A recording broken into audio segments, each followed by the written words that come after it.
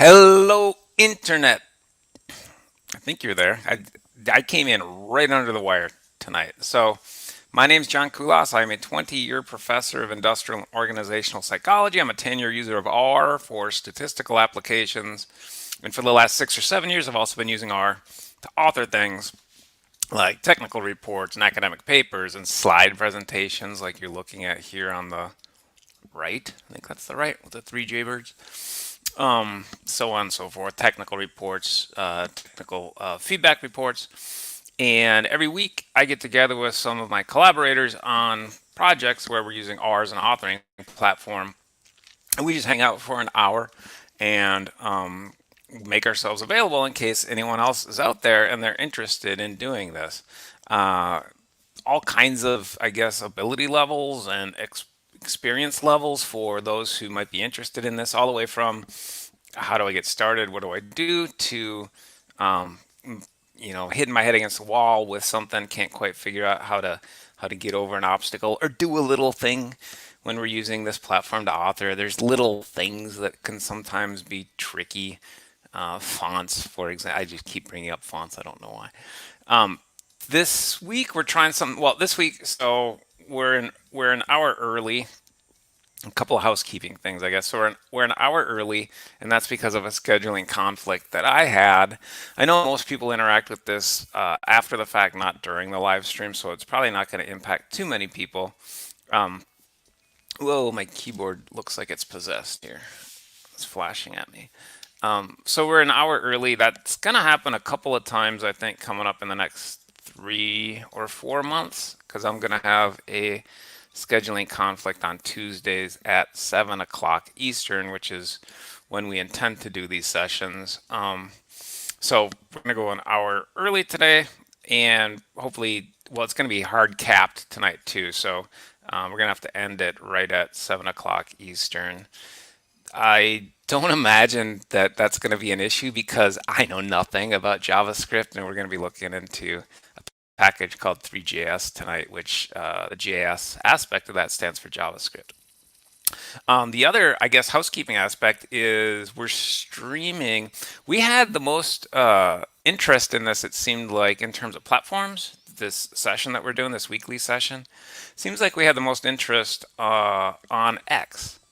And I'm cheap, so the X kind of started to limit their live stream capabilities. They made it available, and I think probably wisely, I suppose, as a hey, look, you can do this. And then they made it a premium feature. So I don't really know what I'm doing on Twitter or X all that much, so I didn't pursue that premium aspect. But I did, for the first time in 3 years, figure out how to log into Facebook, and so we're going to try streaming to Facebook as well.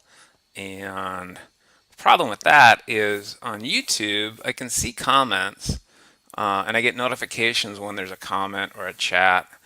Facebook, I'm still linked to an email that was, well, I have two emails on there. One is 2 institutions ago and one is 3 institutions ago. So I probably won't find out if anyone is interacting with this live stream on that platform.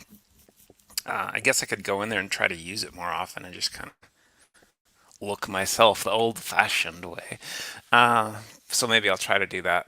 So I think we'll probably try to stream on Facebook for the next few sessions and see how that goes, and see if anyone else, see if we capture anyone else who pops in. Tonight I'm probably going to be solo because of the time shift, and it was completely on me. It's my fault that we had to do an hour early. I kind of feel bad about that because Diego in particular has been here for every single session. And so I love it when he shows up, and he's a huge help. So I feel a little guilty, but also I guess my penance is that I have to do this myself. So probably be just me tonight. Sorry, folks. And the three birds, I guess, those three lovely jays. The Where I currently live, there's more blue jays than there were in my last 3 or 4 locations. I'm in right outside of Minneapolis here, and I get woken up by blue jays almost every morning. So that's the first bird I hear out here. So the way that these are structured is every week we, first of all, the intent of these sessions is to be available for other people who might be interested in using R as an authoring platform. I think I already mentioned that. So that's always priority number one. But in the meantime, we can't really incentivize people too much to ask us questions.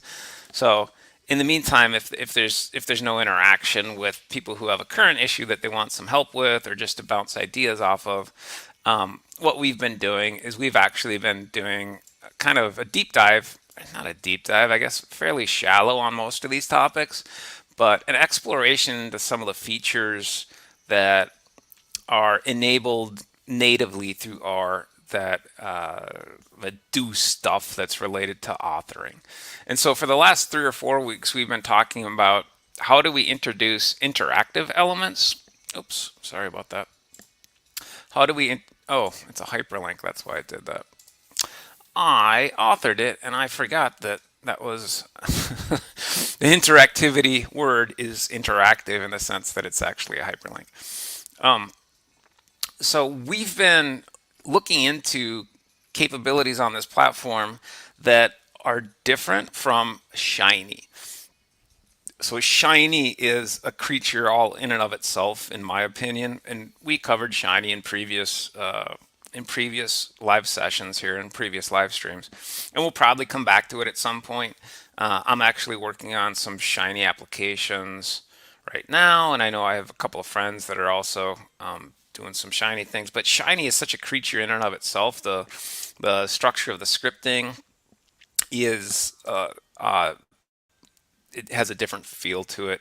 And so what we've been doing the last few weeks is we've been looking at options other than Shiny that enable you or that help you introduce interactive elements within your thing, whatever it is you're trying to author. Now, the interactivity that we've been talking about is by its nature going to be limited to a couple of different rendering formats. So if you're trying to create a PowerPoint presentation, ooh, maybe we should look into that. I know we'll be able to embed some animation into a PowerPoint, but the full interactivity in terms of a user selecting something and interacting with it, I'm not sure that's going to be feasible. PDFs and Word documents, things like that.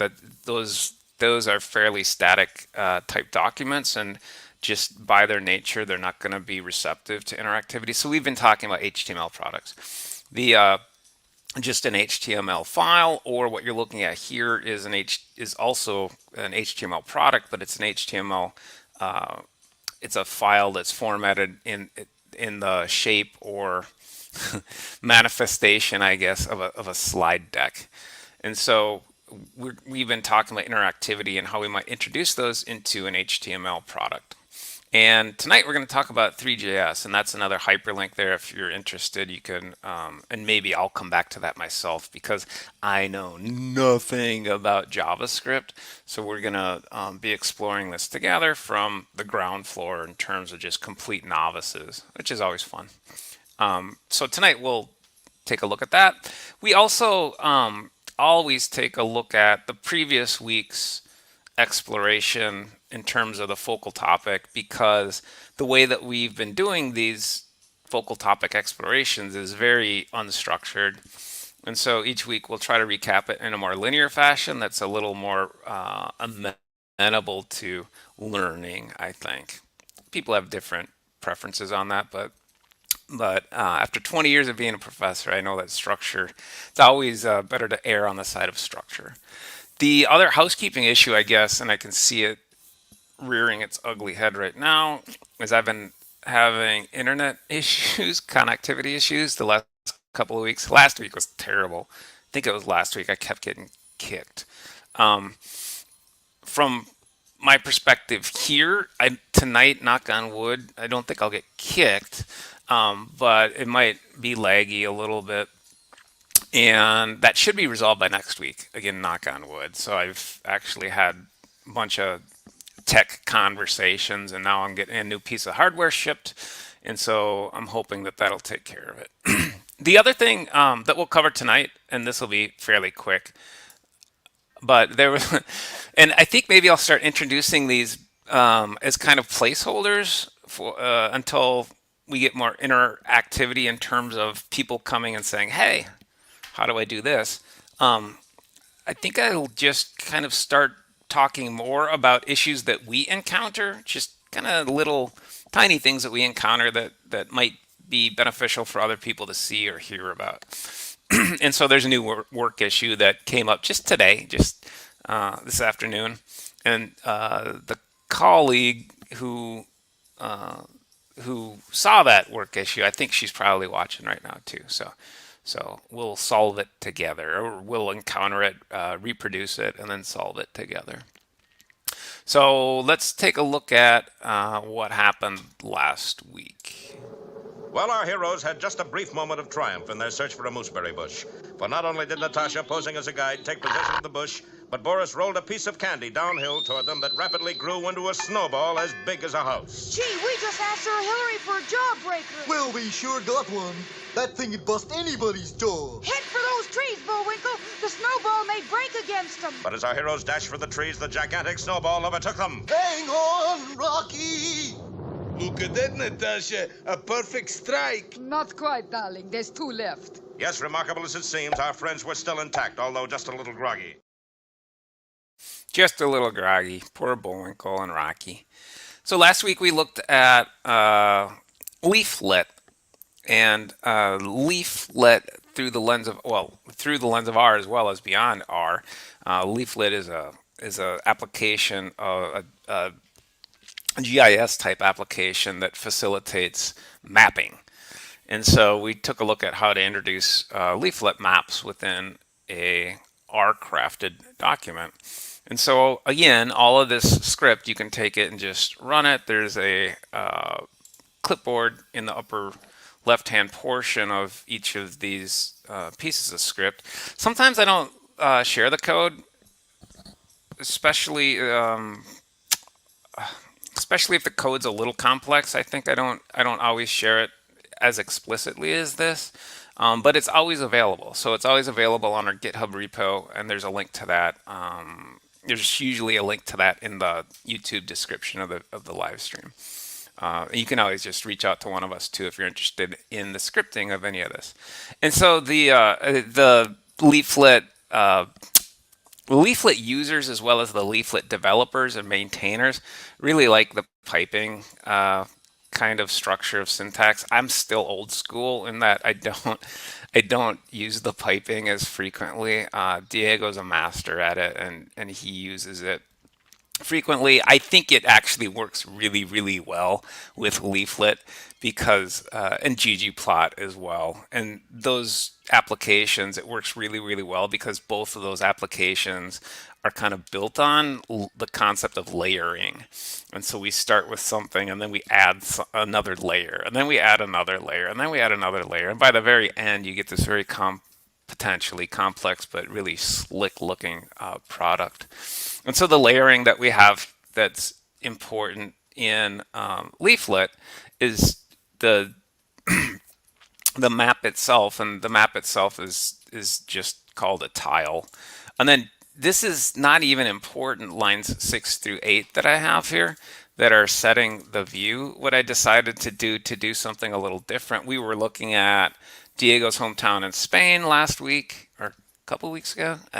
We looked at his hometown. We've looked at Minneapolis. We've looked at Montclair, New Jersey, where Diego and a lot of the people that jump on this stream and I met when I was a professor there. But what we're looking at here is my graduate school and the city that housed my graduate school.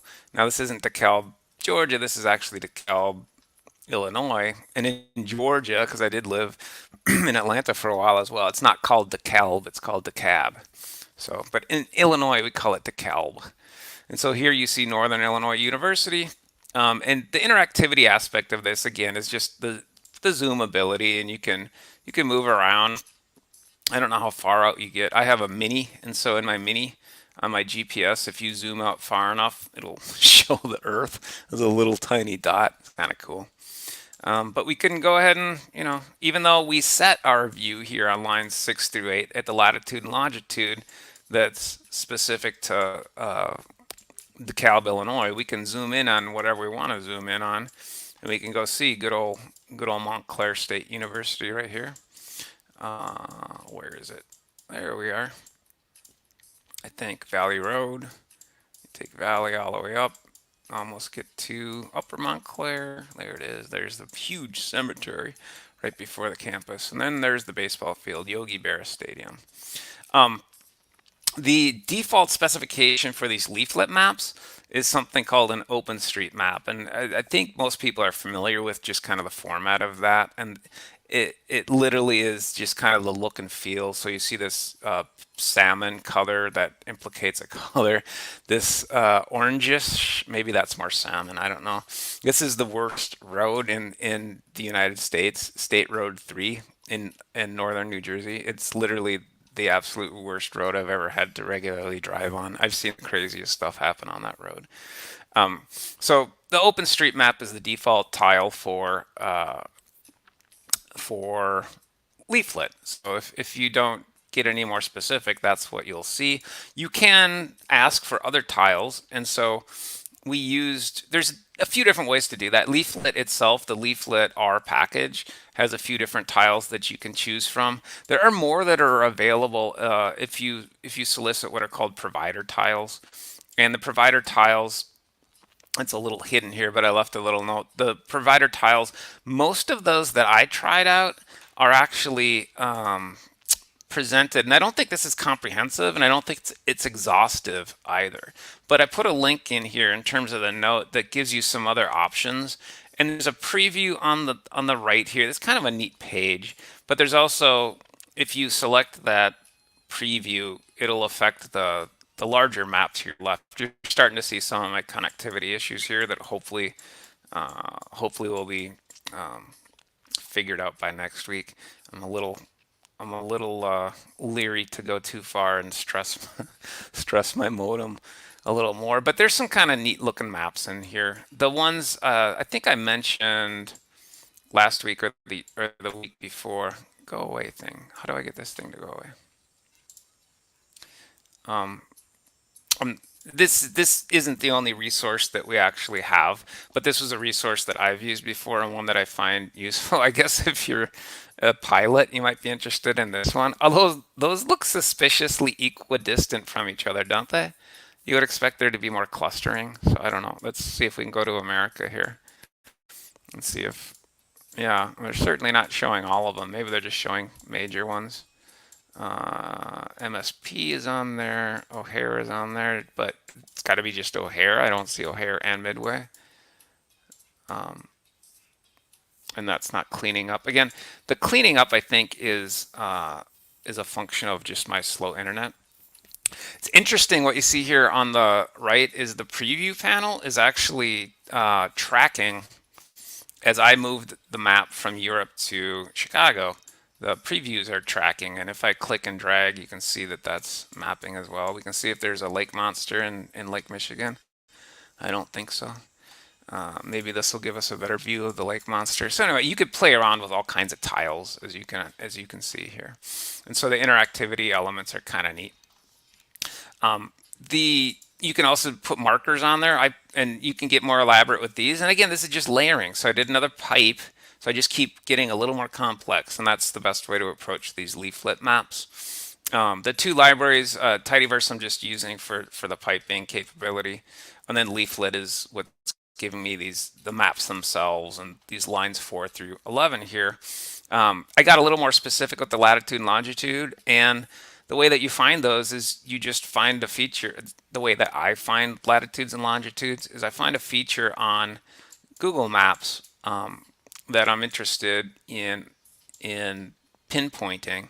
And if you just right click it from within Google Maps, it'll give you a latitude and longitude. That's why these are a lot more specific than what you see on the previous slides. Previous slides, I didn't really care. I just wanted a zoom that kind of gave a sense of where DeKalb was.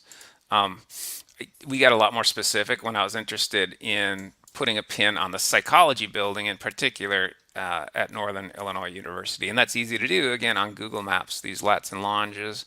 Once you get to 5 or 6 digits out on that latitude and longitude, you can get really specific in terms of the actual area on the globe that you're interested in identifying or referencing.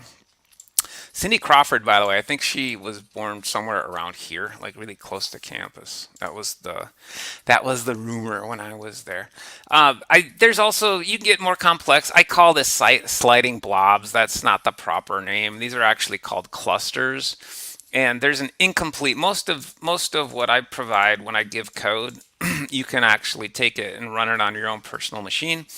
This is going to be. I don't think. Let me see. This will mostly run. This might actually. This. I'm trying. I'm sorry. What I'm looking to see is if I have any. Oh, I do have data. Okay. So the markers that I've identified here with the clustering are markers that are meaningful, and they're meaningful in this particular case with respect to people who have responded to a survey that I'm interested in. And so the clustering that you see here is and why I call it moving blobs or sliding blobs is because depending on the level to which you zoom, you get different levels of specificity. And by the way, I should make a statement here. So this is not accurate. This is not completely accurate information. So for the purposes of anonymity of people who have responded, graciously responded, sometimes paid, oftentimes not, to the survey.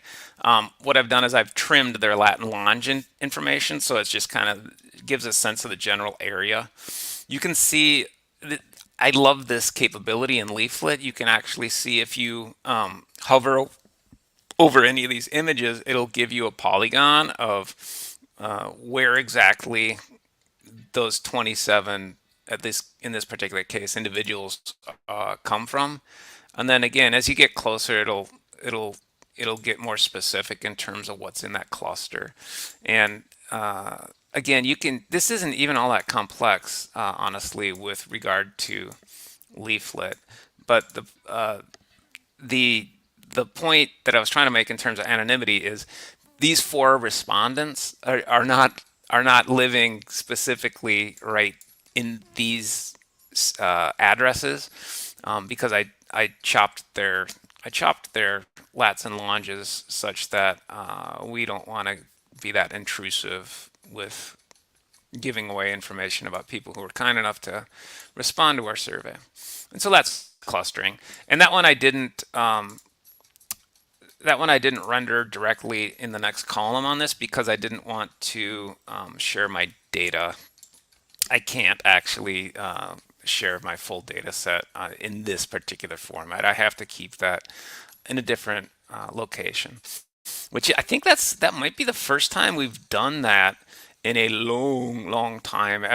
Usually, when we put code on here, it's fully you're fully able to recreate it. This graph in particular, you're not going to be able to fully recreate.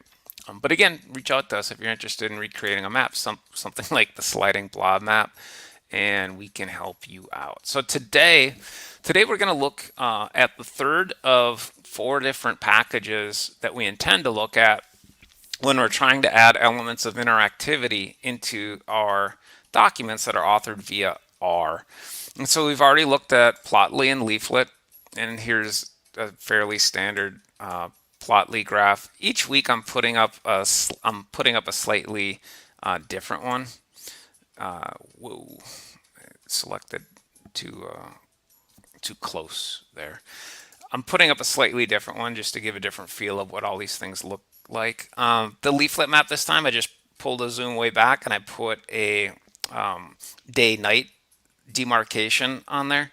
And if you were to render this or even access this, it should be if you access this in 3 hours from now or tomorrow, you're going to see that this line actually changes. So this line is linked to the actual rotation of the Earth. And so right now you can see that it's just going to start getting a little dark right on the edge of North America here. So we're okay in the Midwest for another couple hours, it looks like. And then these DY graphs, I think next week we're going to spend time on them. And again, seems like it's limited to time series analysis applications, which is a little more data-ish than I like to be on this particular stream where we're focused on authoring applications. Although I know that the data-intensive things that we cover are what people like the most. So I think we might have to go back to more quantitative stuff. But this one, the only unique aspect to this, as opposed to the previous week's examples of a DY graph, is the isolation of the trend line. And so we can isolate the trend line here just based on cursor hover. And so I'm getting that lower blue one or teal one, and then I get a purple, and then I get a green.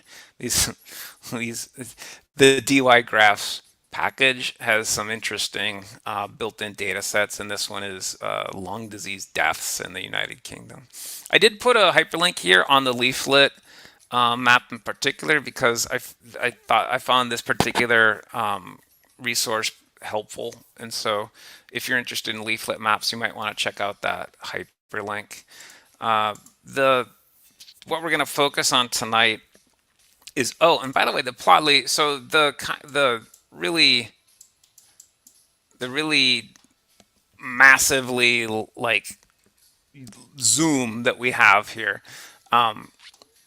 and the inability to really get out of it easy is something that I think we're probably going to take a look at after we look at DY graphs. And so one thing that we haven't done as we're looking at these non-shiny interactivity options is we haven't looked all that closely at how to fit these interactive images in a way that's best receptive to whatever format you're trying to render in or publish in. And so uh, the the size of this plot, I'm just sorry, I keep moving around because it's interactive, and each time I try to interact with it, my mouse wheel thinks that we're trying to go to a different slide. But there are options to frame this such that I don't have my helper slider, just so tenuously perched here on the bottom. You have to be just right in terms of grabbing it. And the reason that's important is because these controls up here are hugely helpful with Plotly objects. And so we might spend a little bit of time looking at HTML widget options, which is the package that I think we'll probably need to consult if we want to exert more control over things like the sizing of our Plotly object here, such that we don't need to be as careful with how we access the slider. Because, for example, I'm on a desktop right now. If I was on a laptop, this would be very difficult, I think, on a laptop that doesn't have an external mouse. Excuse me. Tonight we're going to be looking at threejs as a package. Now, threejs is like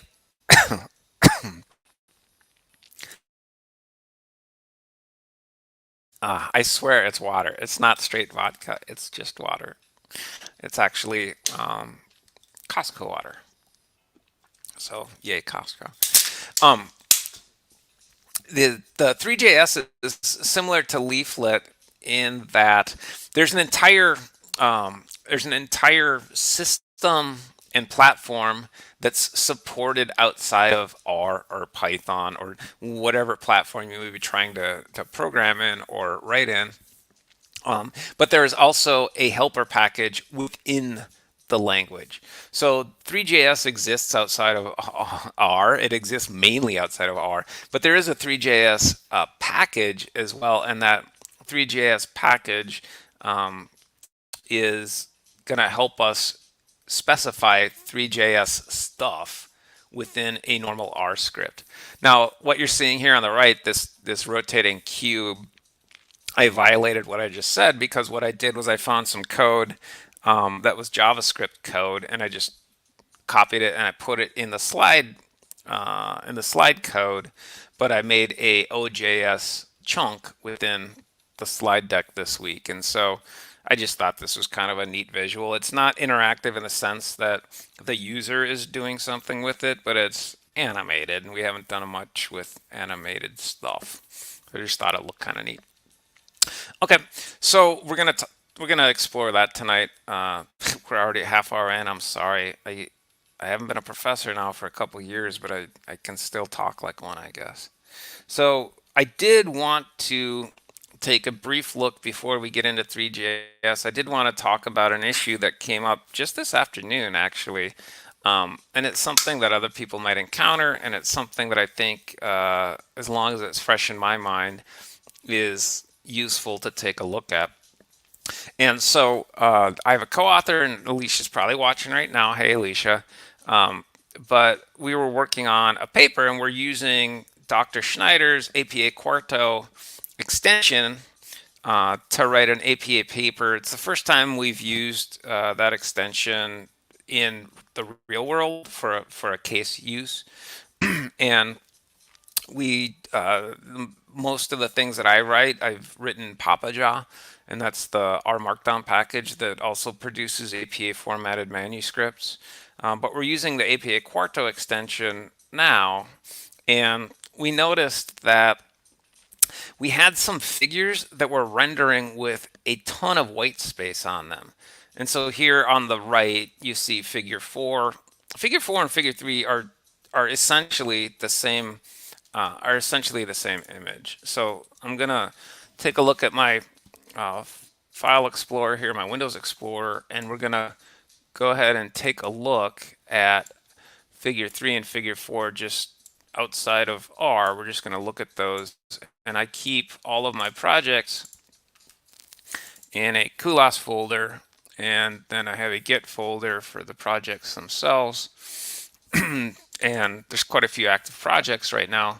The one that I'm interested in, even though they're rendering as figure 3 and figure 4, we call them figure 1 and figure 2. They're figure 3 and figure 4 because the, the rendered product in terms of 3 and 4 depends on what else is going on in the paper. And right now we have a couple other things that are uh, that are referenced before these two figures. It doesn't matter. We can go ahead and call these whatever we want, but you can see that the actual snip of these looks fine. That is, the snip itself, or the actual image itself, doesn't have a ton of white space around it. It's got the thinking guy there, and it's got a couple of boxes, and stuff probably isn't of interest to anyone but me and Alicia. Hopefully, it's of interest to an editor eventually, I guess. But other than that, it wouldn't be surprising that the meaning of this is not of too much interest. Oh, hey Alicia, I see she said hello. So thank you for writing a note. Um, but if we look above and below here, we don't see that massive forehead white space like we actually see in our rendered product here. And so what I wanted to do tonight was to revisit this and kind of reproduce this and show how to navigate that. And so in order to do that, I'm going to get out of our live stream specification here. And I don't think we need to go back to the slides, hopefully. Other than I do have some useful hyperlinks in there for Reveal.js, but I think we'll just old school it and we'll go ahead and Google and do it all from scratch. So I'm opening up the project folder that contains the files with the issue that I'm referencing here. And so this is our nicely named, as you can see, paper via quarto. It's very specific. It's if I go ahead and render this document, and this is a project that probably isn't necessary to author within R because we don't envision, we're not thinking that we're going to do a lot of quantitative stuff. We might, but we're just using this to kind of play around with the APA Quarto extension for the first time. If we go ahead and go to our figures, you can see here a figure 1, which is another person's model, figure 2. They both look okay. And then you get down to figure 4, and figure 4 has this massive white space. And so we found this out this afternoon, and we actually fixed it this afternoon, but I decided not to fix everything so we could walk through what the fix actually was. And so if we look at the code, the way in which you incorporate images like that, historically through something like Papaja, would be to construct a code chunk. And so what you see here on lines 127 through 139 is a code chunk that has the title of our image or figure. It has a label that we can reference within the text such that it's hyperlinked if we want to. And then I use a couple of packages to read the image in and display the image. And so that's what's happening here on lines 135 through 137. We're reading it in and we're displaying it using the packages Magic and Grid. If we were doing Papaja, that's the way we would always do a figure. And unfortunately, and we didn't check different formats. This is just an HTML format, which we're using to just navigate this document ourselves.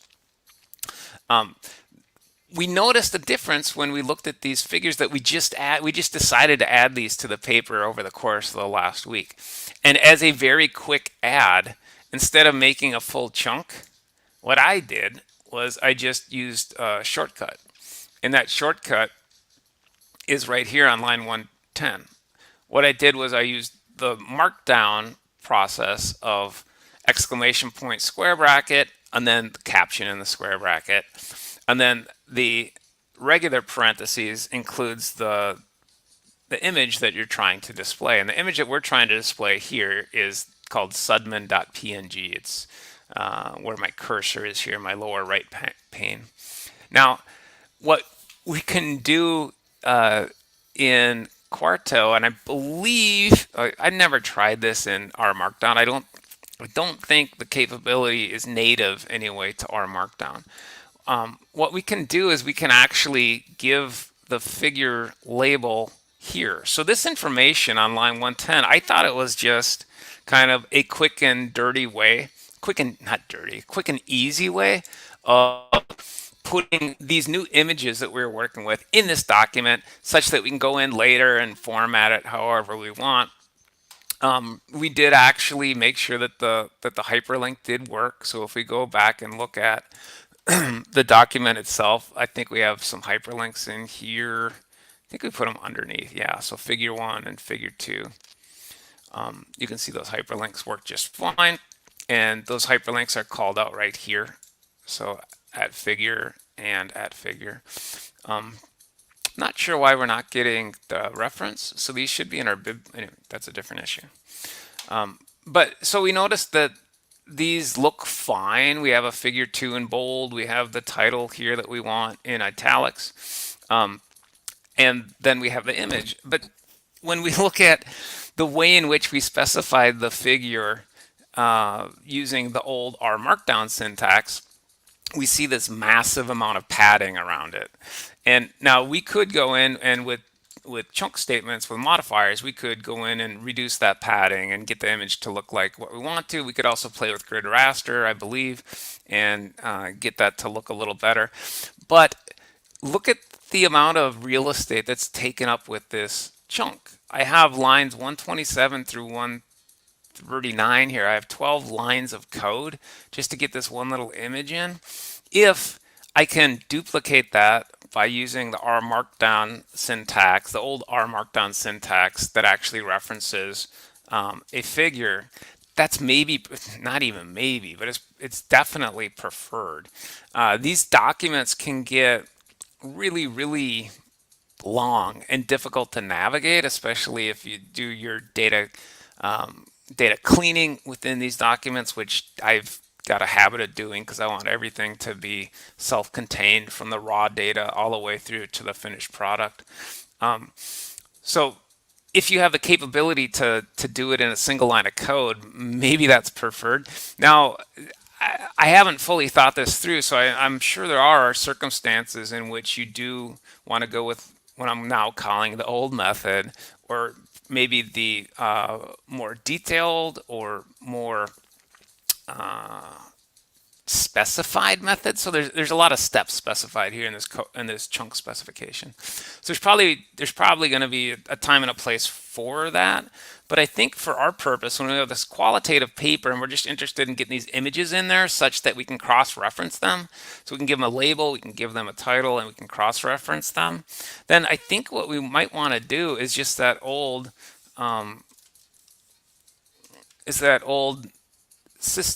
sorry, is the old R Markdown system of introducing an image. And Quarto and this APA Quarto extension both are really receptive to that. R Markdown and Papaja were not as receptive to that in these academic papers.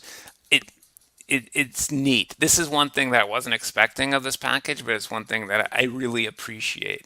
So instead of what we have here, we can just put our figure caption in the square brackets. Should be able to. See if this works. And then we should be able to put our label in the curly brackets. Make sure to put a hashtag in front of that. And then in the parentheses, what we want is we just want the figure itself. And again, this is something that we called figure 2. And if I look in my files, I see, where is it? Figure2.png looks right. So I'm actually gonna, let's put an eval false on this, just so we don't have to erase, so we don't erase it if it doesn't work.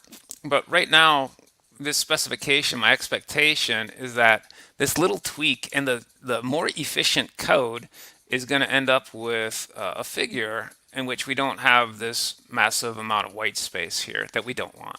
So let's see if that actually works. Go ahead and render. And I've talked so much, we're not going to have a ton of time on threejs. We might have to revisit it.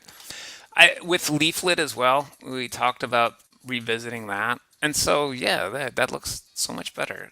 I love it. I love that little find that we have, and the hyperlink still works just fine.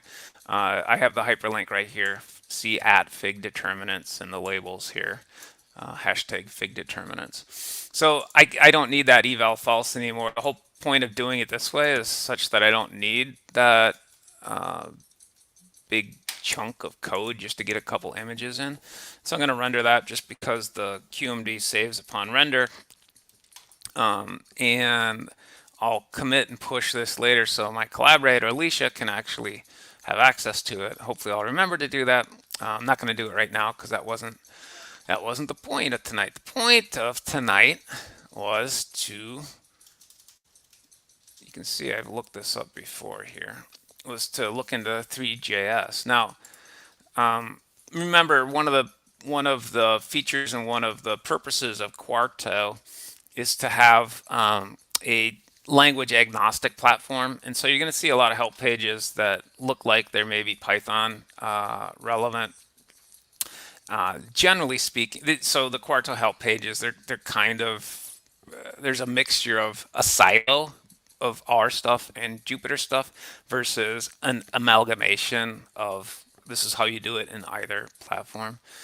This is such a little niche thing that we're doing. I think we'll probably find, nope, of course not when I say that. Here on the left-hand navigation panel, I do see HTML widgets for R, which is the portal entry for all of this interactive stuff that's not shiny.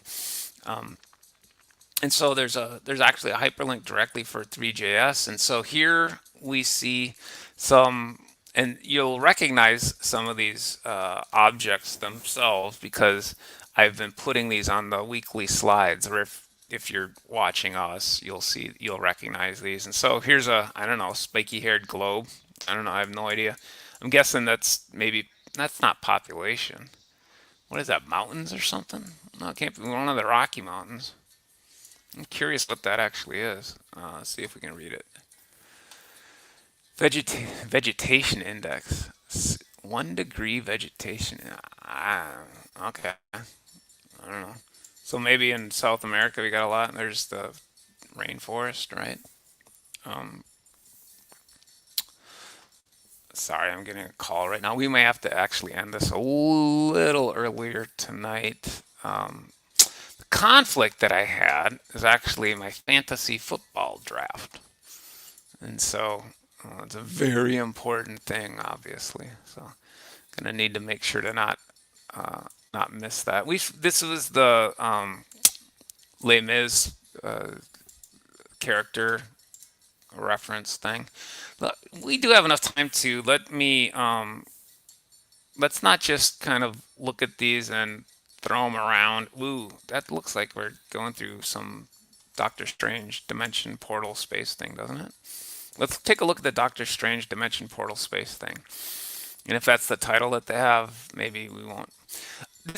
By the way, so here's an application that might be, Alicia and I were chatting this afternoon about, you know, the applications or the circumstances in which someone like us might find themselves wanting to use something like this. And a lot of this spinny, shiny, colory stuff is, you might have to kind of stretch for a psychologist to include it in something like a academic paper. But here certainly is a 3D representation of scatter plot. And so this is associations among three variables, it looks like.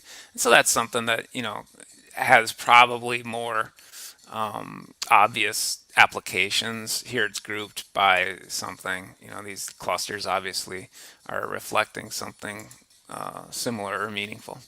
Let's just grab me. Oh, we got more maps. We did maps with Plotly. We did maps with Leaflet. I guess we can do maps with threejs as well. This is not something that this looks a little better in terms of It looks like population is being mapped here. So let's take a look and see if we can actually just steal this code and see if we can reproduce that. Again, this is all fresh. I haven't tried any of this, so I think there's probably some packages that we're going to need to. Oh, one thing. we need to do. Let's get out of this let's get out of this project folder.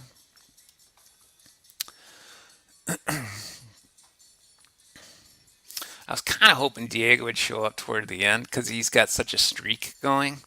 So I'm tempted to run this right up to my my hard deadline here just to see if he can pop in and say hi.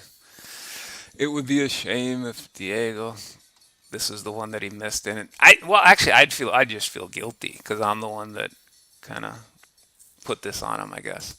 So we'll just do raw R file here, and we'll try this script that's on the help site. I don't know if I have these packages, so we'll go ahead and take a look. I have so many loaded that map tools and maps looks okay.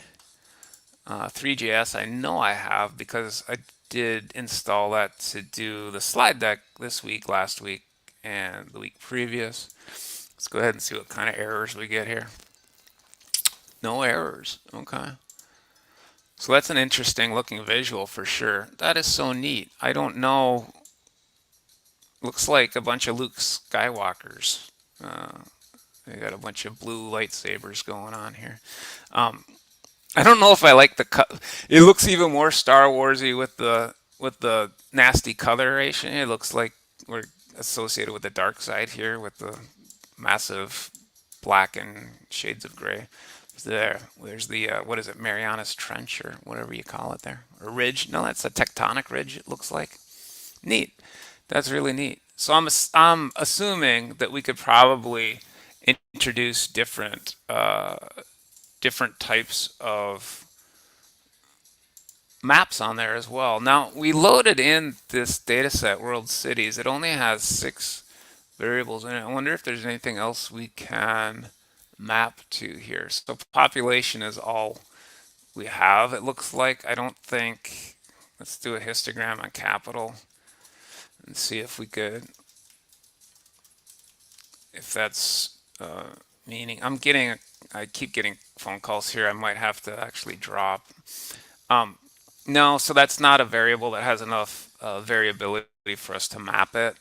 I wonder if we could add in a different data set, however. Cities, population. Huh. Let's just try, before I drop, let's just try a couple of other, and I think we're going to have a session here just on maps. So how about this as a promise to people who might be watching, and since I'm giving Three.js kind of the short shrift, I think let's have a week where we do maps, and we'll come back to Three.js and we'll play with these maps a little bit. If you're interested in the code itself that's used to produce this, and some ways to maybe tweak that code a little bit, take a look at this week's specification. Oh no, that won't work because that wouldn't be such a great idea because I actually used raw JavaScript in that. I didn't use the Three.js package. So it would be fun to play a little more with the package itself and the data and maybe get a little more complex data.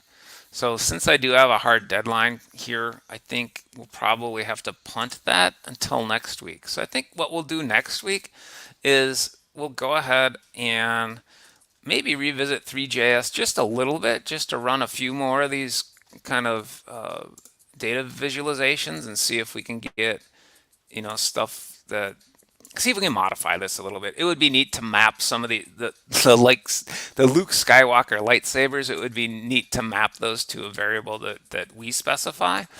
We can't do it with the data set that we have because this is the only numeric variable that has variability enough to do anything meaningful. So I think next week what we'll do is we'll try to feed in some different data and see if we can get a cool map, like cool graph like this. Maybe a map, but graph regardless, that we can go in and play with. And like I said, if you're interested in how you might interact with these objects themselves in terms of these JavaScript created objects, take a look at the script for the script for this week's slides, where we actually do have, I went ahead and played around quite a bit with the script to create this floating, rotating cube. And there's a helpful guide available here. There's a hyperlink. This is the guide that I used to go ahead and alter some of the features that were in the prepackaged code. So with that being said, I'm sorry that we have to end this early tonight. Next week, we're going to take a look at that fourth option for interactivity. If anyone has any ideas about other kind of interactive packages that they've come across or stumbled across and are interested in exploring, drop us a note and we'll be happy to do that.